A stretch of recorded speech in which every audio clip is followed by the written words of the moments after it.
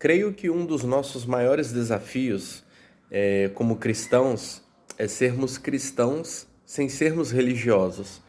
Existe uma diferença muito grande da pessoa que pratica o evangelho e da pessoa que apenas segue uma religião.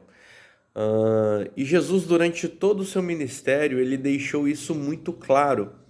E ele batia de frente contra as pessoas que eram religiosas, que julgavam e condenavam os outros a partir da sua religiosidade. Se consideravam superiores, se consideravam melhores, se consideravam praticantes da lei, quando estavam quebrando toda ela pelo fato de não terem amor pelo seu próximo, pelas pessoas que a cercavam. Devemos ter esse cuidado, porque a gente percebe Jesus falando e condenando pessoas, por exemplo, que oravam, faziam as suas orações diárias, mas não para serem ouvidas por Deus, mas para se mostrarem para outras pessoas, para se mostrarem para os homens, mostrando que elas cumpriam, que elas oravam, enfim. Mas aquela oração era uma oração vazia, que não passava do teto.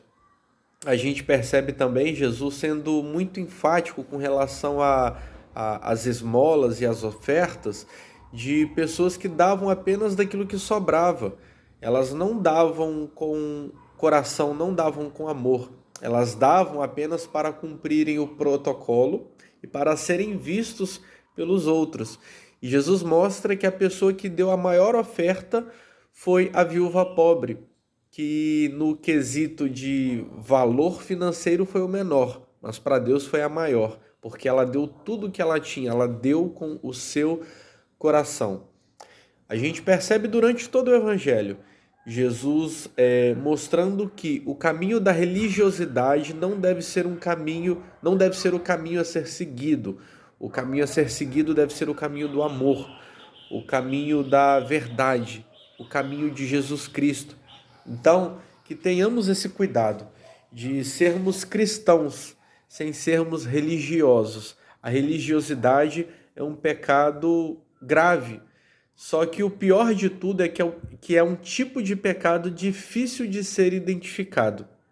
Geralmente a gente só identifica determinados tipos de pecados, mas a pessoa que é religiosa dificilmente é difícil de identificar. E ainda mais, essa pessoa, quando pratica o pecado da religiosidade, ela não consegue perceber que ela já está distante de Deus, que ela está em pecado.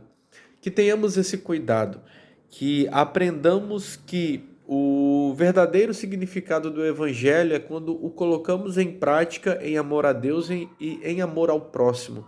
Que a religiosidade ela mais nos distancia de Deus e do nosso próximo do que nos aproxima.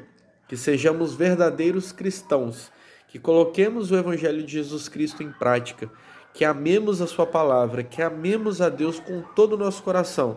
Mas o fim de tudo isso é quando eu me entrego para o meu próximo. É o exemplo que Jesus ele nos dá, que Deus tanto amou o mundo que deu o seu Filho Jesus Cristo. Então, o significado do Evangelho na minha vida é quando eu me entrego pelo próximo para que o Evangelho de fato seja encarnado na minha vida e eu consiga de fato cumprir esses dois maiores mandamentos e os principais, amar a Deus e amar o meu próximo. Que Deus assim nos abençoe.